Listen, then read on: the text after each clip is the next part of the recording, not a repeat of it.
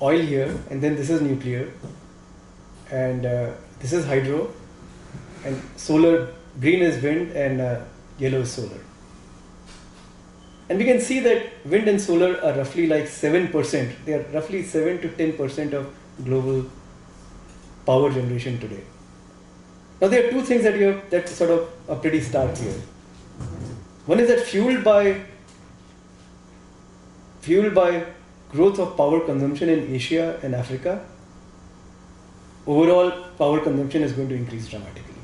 Even as energy efficiency and other trends are occurring, we're going to see a doubling of power consumption in the next 30 years.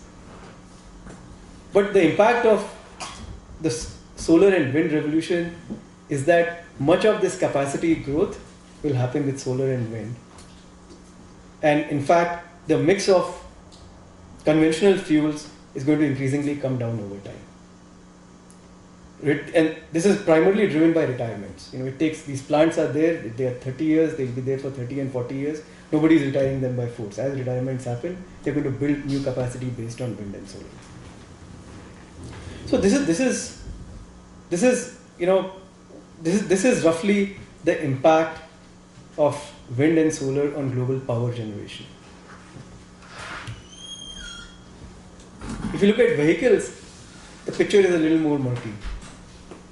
I mean, today there are close to 1.2 billion light-duty vehicles around the world, and most of them are based on gasoline. They're all gasoline-based. There's a little bit of natural gas, but most of them are gasoline.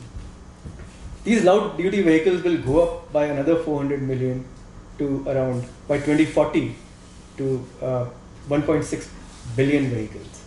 Now, this whole stock of vehicles, even though there would be a rapid increase in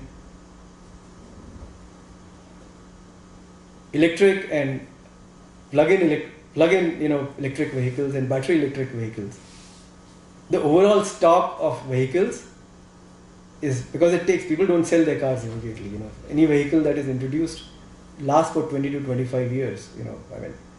And so the overall stock of vehicles, gasoline vehicles, is not going to change by much, which means that we don't expect the oil consumption to come down dramatically in the next 20 years. It will stabilize, it will not increase, as global capacity and usage of vehicles is increasing. And this is only for light duty vehicles. All heavy duty vehicles, trucking and all that, which consumes another 50% of global gasoline, that is probably not going to be affected by the electrification of transportation. So where does this sort of, what kind of a scenario do we end up with? So there's another sort of estimate by McKinsey, and they expect that dark blue is coal here, this is oil, and this is gas. And what they expect is that we haven't peaked in terms of, despite the renewable revolution, we haven't peaked in terms of our fossil fuel usage.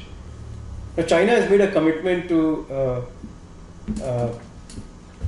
in the Paris Agreement in 2015, that their fossil fuel usage will peak by 2030. That is their commitment. China is still continuing to deploy fossil fuels. Asia is continuing to increase its fossil fuel usage.